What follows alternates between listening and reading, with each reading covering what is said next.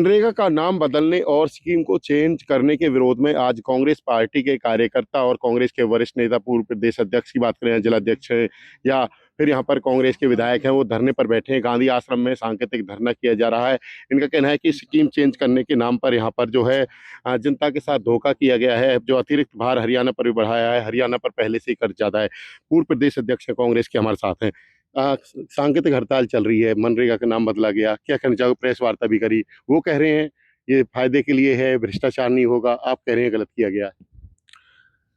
केवल नाम बदलने की बात नहीं है, इनको तो सभी स्वाधीनता संग्राम के सेनानियों से इनको नफरत है। ये अंग्रेजों के पिट्ठू रहे, फ्रीडम फाइटर्स के खिलाफ रहे, तिरंगे के खिलाफ रहे, संविधान के खिलाफ रहे। इनका अपना अतीत कुछ है नहीं। इन्होंने कभी देशभक्ति की भावना से कभी भी अंग्रेजों से कोई लड़ाई नहीं ली, किसी ने कोई कन्न की उंगली तक नहीं चिरवाई। अब इनका काम है कांग्रेस के जो कार्यक्रम थे उनका नाम बदलने का। और जहाँ तक मनरेगा की बात है, केवल नाम ही नहीं बदला, उसकी आत्मा को ही खत्म कर दिया। उस स्कीम की एक तरह से हत्या कर दी। जो ये मनरेगा का जो बोलते हैं कि हमने क्या विकसित भारत जी राम जी, वो कह रहे हैं कि जी राम जी कहाँ से कहाँ गठजोड़ करके कौन किस नाम से करके। महात्मा गांधी जी राम राम जी कहते थे जब थे। तो महात्मा गांधी का सारा देश भगवान राम को कौन नहीं मानता? ये क्या कहना चाहते हैं कि भगवान राम को यही मानते हैं, यही भगवान राम के ठेकेदार हो गए? भगवान राम तो मर्यादा पुरुषोत्तम, भगवान राम तो सबके हैं, सबके पूज्य हैं, सब उनको अपना इष्ट मानते हैं। लेकिन जो हमारे महापुरुष हैं उनका नाम बदलकर ही उस चीज को सिद्ध करना चाहेंगे। साथ ही केवल नाम बदलने की बात नहीं, उसका सारे कंटेंट्स ही बदल दिए।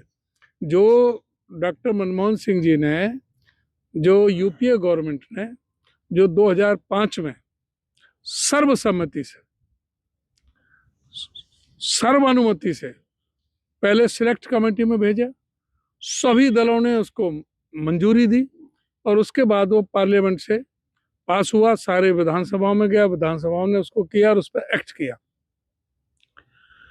और उसमें यह था कि गरीब जो आदमी, इस देश का जो सबसे गरीब तबका है, जो बिल्कुल असहाय है, निस्सहाय है, जो किसी भी हालत में नहीं है, अपना कोई काम धंधा नहीं है, उसके पास कोई पैसा नहीं है, उसके लिए स्कीम लाई थी कि भाई कोई आदमी भूखा ना रहे।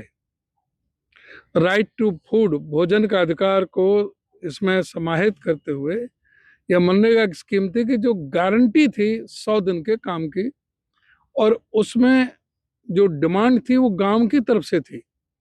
गांव की पंचायत, ग्राम सभा वो देखेगी कि उनके गांव में किस कार्य की आवश्यकता है, कौन सा विकास का काम होना चाहिए। उसके लिए वो प्रोजेक्ट तैयार करते थे, उसको भेजते थे।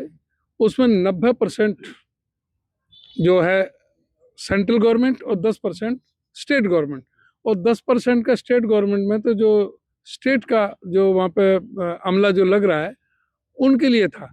लेबर की 100% सारी की सारी मजदूरी सेंट्रल गवर्नमेंट देती थी, तो राज्य सरकार पर कोई जोर नहीं पड़ता था। राज्य सरकार जो ग्राम सभा भेजती थी, ग्राम पंचायत भेजती थी जो प्रोजेक्ट, उसको स्वीकृति दे देती थी, क्योंकि पैसा सेंट्रल गवर्नमेंट ने देना होता था, इसलिए कोई उनके लिए कोई दिक्कत थी नहीं। और इस स्कीम से कितने करोड़ों लोगों को रोजगार मिला। जब इस देश में, जब इन्होंने देश में ये जो थोपा, जो ये सारा ना, जो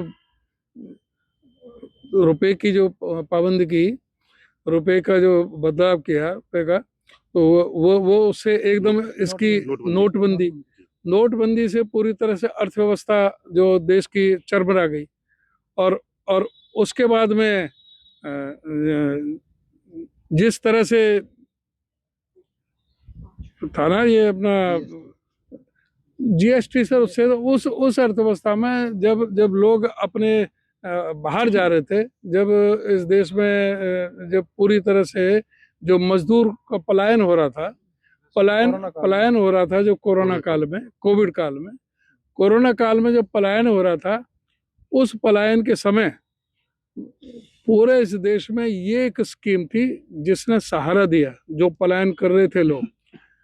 4.6 करोड़ लोगों को रोजगार दिया था और अर्थव्यवस्था को पटरी पर लाने का काम किया था। जो अर्थव्यवस्था बिगड़ गई थी उसमें सबसे ज्यादा जो मजबूत स्थिति में इस मनरेगा की स्कीम की वजह से ही सारा इसमें देश में बचाव हुआ था। आप तारीफ कर रहे हैं मनरेगा की, वो कह रहे हैं कि इसमें पहले भ्रष्टाचार होता था मनरेगा में। भ्रष्टाचार तो अब होगा, क्योंकि जो भी पंचायत होगी, जो सरपंच होगा, ब्लॉक समिति होगी, जिला परिषद होंगे, जो इनके विधायक होंगे, जो इनके विधायकों और मंत्रियों को जो परसेंटेज देंगे, जो कमीशन देंगे, वही वहां पर स्कीम पास होगी। पहले तो सरपंचों की चलती थी, अब उस सरपंच की चलेगी जो सरपंच इनको रिश्वत देगा, जो सरपंच इनको कमीशन देगा, जो सरपंच विधायकों को कमीशन देगा, उसकी स्कीम ही ऊपर जाएगी और उसी के पैसा आएंगे। जो आम सरपंच है उसको तो पूरे अधिकार छीन लिए, क्योंकि ये काम पंचायत का था, सरपंच का था। सरपंच जो है वो ये देखता था कि भाई हमारे गांव में क्या स्कीम होनी चाहिए, उनके मेंबर पंचायत करते थे, वहां पर जो आम जनता थी, जो ग्राम सभा, वो करते थे। अब उनके हाथ में तो अधिकार ही नहीं है। जो सरपंच इनको कमीशन दे देगा उसकी स्कीम चली जाएगी, उसके पैसे आ जाएंगे, उसके पैसे आएंगे और उस पैसे को भी देने में कितनी बार सोचेगी प्रदेश सरकार। जिस प्रदेश सरकार को 10% देना पड़ता था, अब 40% देना पड़ेगा। और प्रदेश में कहीं भी, सारे प्रदेशों की अर्थव्यवस्था पूरी तरह से ठप है। अब हरियाणा प्रदेश का ही आप लें, हरियाणा प्रदेश जीएसटी के तौर पर, जो जीएसटी हिंदुस्तान में कलेक्शन होता है उसका 7% हरियाणा देता है, और बदले में ये क्या देते हैं हरियाणा को? 1%, केवल 1%। हम जब 7 रुपए देते हैं तो हमें बदले में 1 रुपया मिलता है। सबसे ज्यादा हरियाणा, एवरेज के मुताबिक, एवरेज लोगे तो सबसे ज्यादा जीएसटी में कलेक्शन, जो जीएसटी में सहयोग करता है, हरियाणा नंबर 1 पर है। और बदले में हमें 7 के बदले में 1 रुपया मिलता है।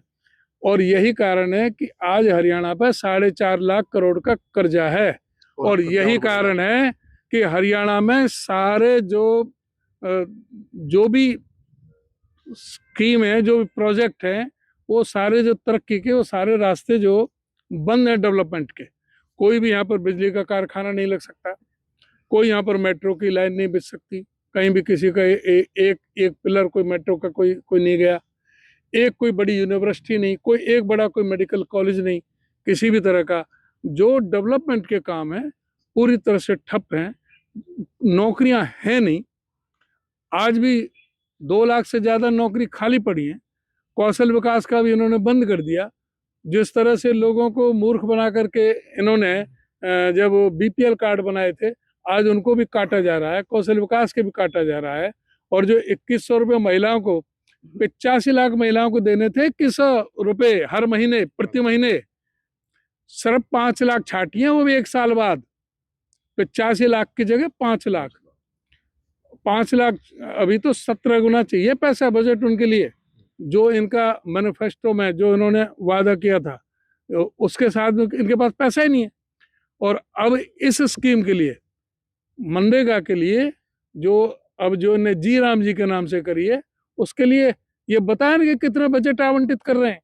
पहले ये बताया, अभी बजट सेशन आ रहा है, ये बताएं कि हम इतना बजट इसके लिए स्वीकृत करते हैं। बजट इनके पास है नहीं, पैसा इनके पास है नहीं। इस पूरी स्कीम का ही पूरी तरह से सत्यानाश करके इस सरकार ने रख दिया। ये पूरा गरीबों के ऊपर बहुत बड़ा अत्याचार है, उनके ऊपर, उनके हितों के खिलाफ पूरी तरह से कुठाराघात है। इसलिए कांग्रेस ने ये मांग की है कि भाई कि इस स्कीम को बहाल किया जाए और इस मनरेगा की जो स्कीम को, इसको वापस कराया जाए इसको। हमसे जुड़े रहने के लिए हमारे YouTube चैनल को सब्सक्राइब करें और नई वीडियो की नोटिफिकेशन के लिए बेल आइकॉन को दबाएं। अगर आप ये वीडियो Facebook पर देख रहे हैं तो लाइक जरूर करें और ज्यादा से ज्यादा शेयर करें। धन्यवाद।